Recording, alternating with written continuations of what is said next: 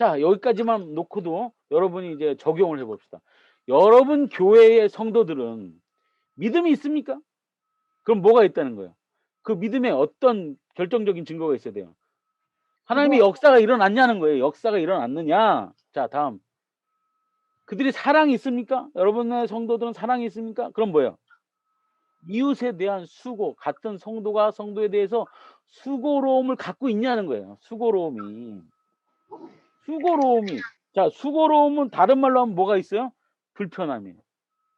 불편함을 감수하고도 수고해야 된다는 거예요. 요즘 뭐 개인주의 뭐 이런 거 많죠. 뭐 교회도 다 밀고 들어와서 뭐 심지어는 신방을 안 하는 이유도 뭡니까? 귀찮아서, 불편해서, 수고로움이 없는 거예요. 성도들한테 제대로 가르치시면 이 수고를 감수합니다. 왜? 그것이 사랑이니까. 믿음을 제대로 강조하고 믿음을 제대로 가르치면 하나님의 역사가 일어납니다.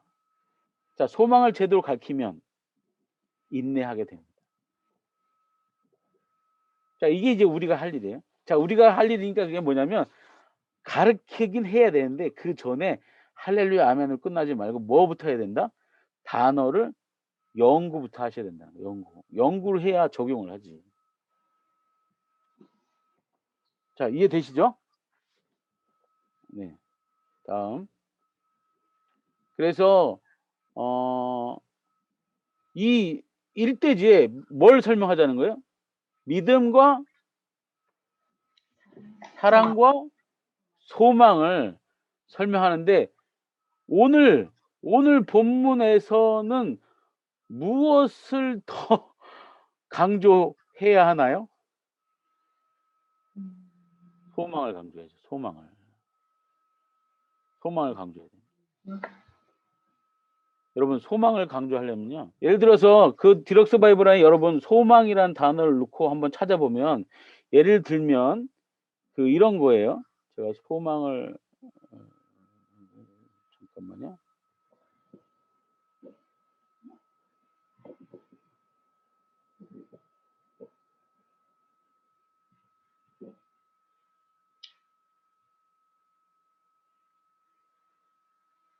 예를 들어서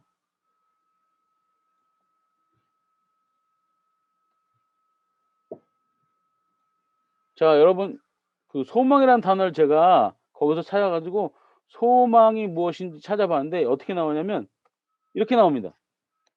보이십니까?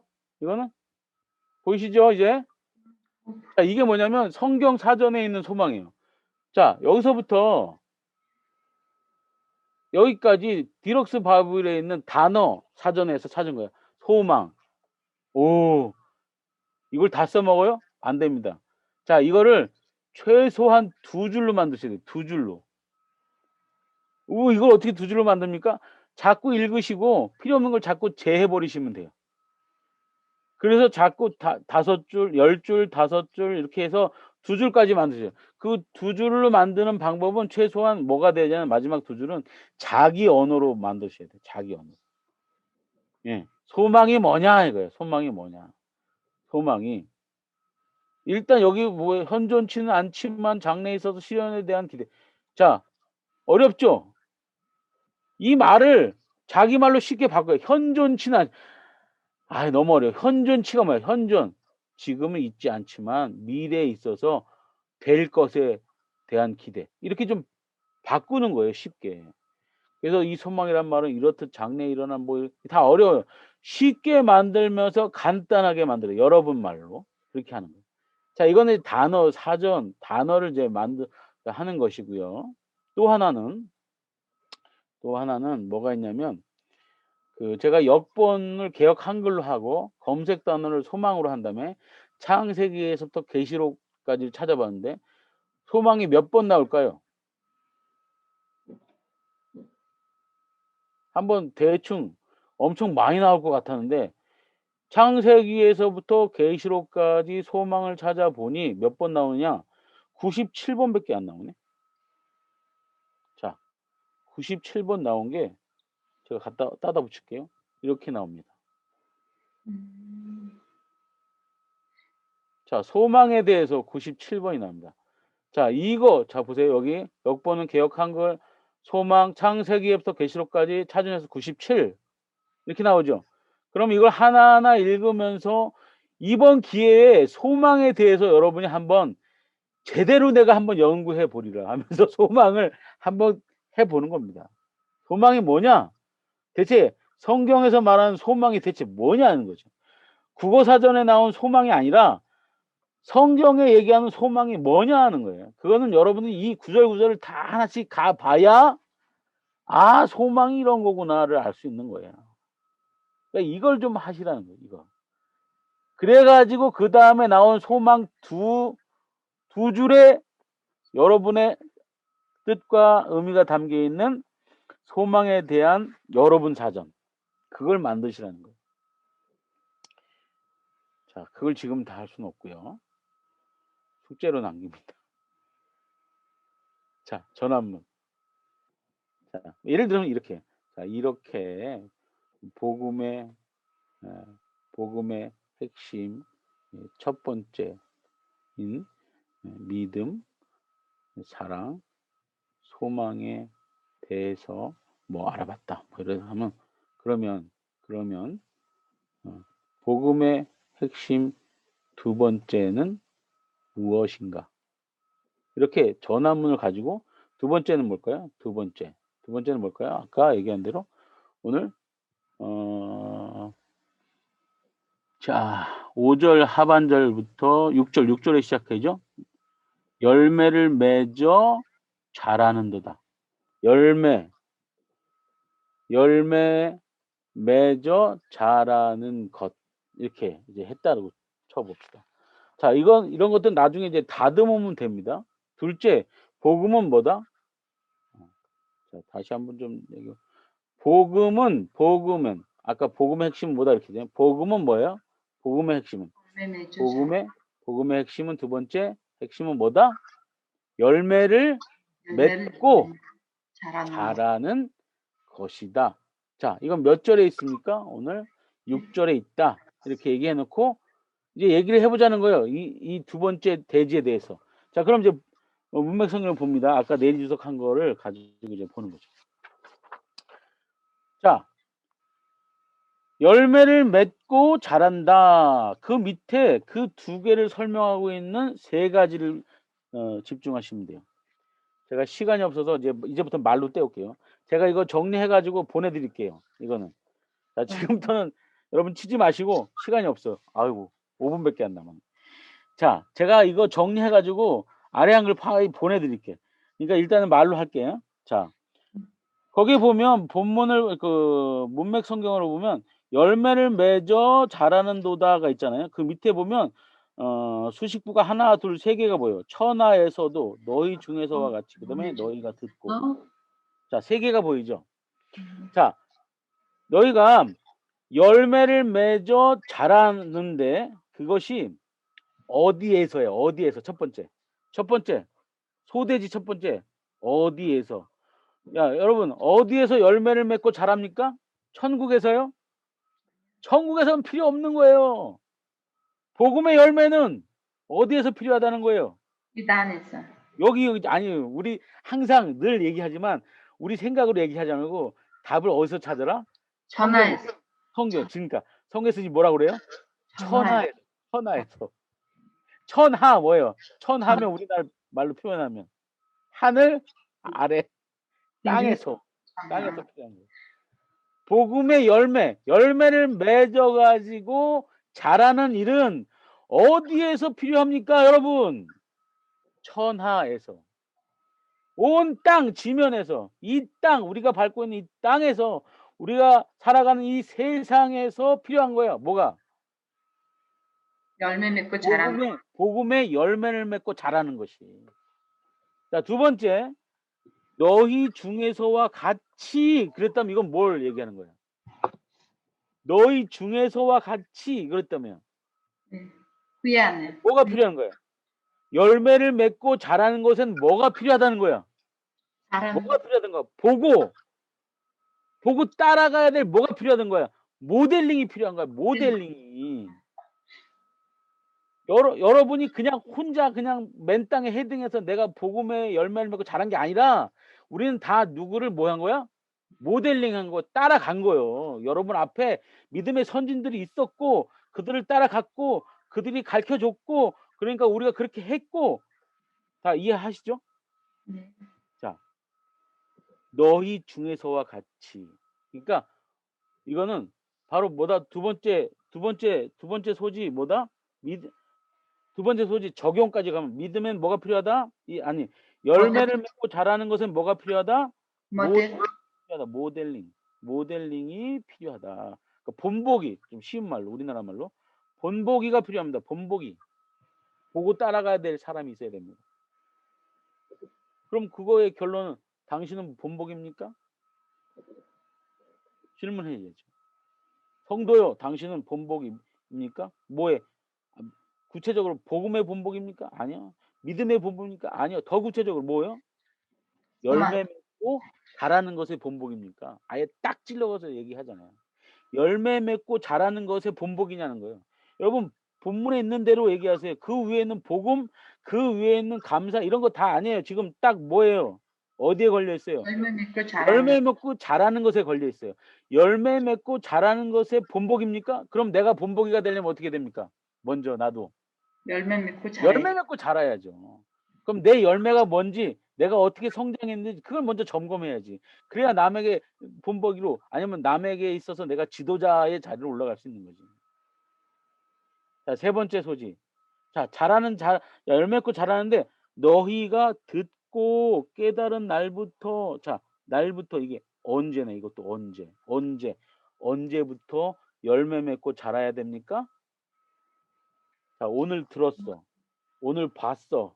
그런데 그 열매 맺고 여러분 장롱면허라는 거 알죠? 옛날에 7년 이상 무사고면 우리나라에서 녹색면허 줬어요. 지금 아마 녹색면허 제도가 없어졌을 텐데. 자, 녹색면허 7년 동안 무면허인데 아니야 장롱면허인데 녹색면허 줘. 운전 한 번도 안 해봤어. 근데 녹색면허네. 운전 잘했다고. 말이 돼요 안 돼요?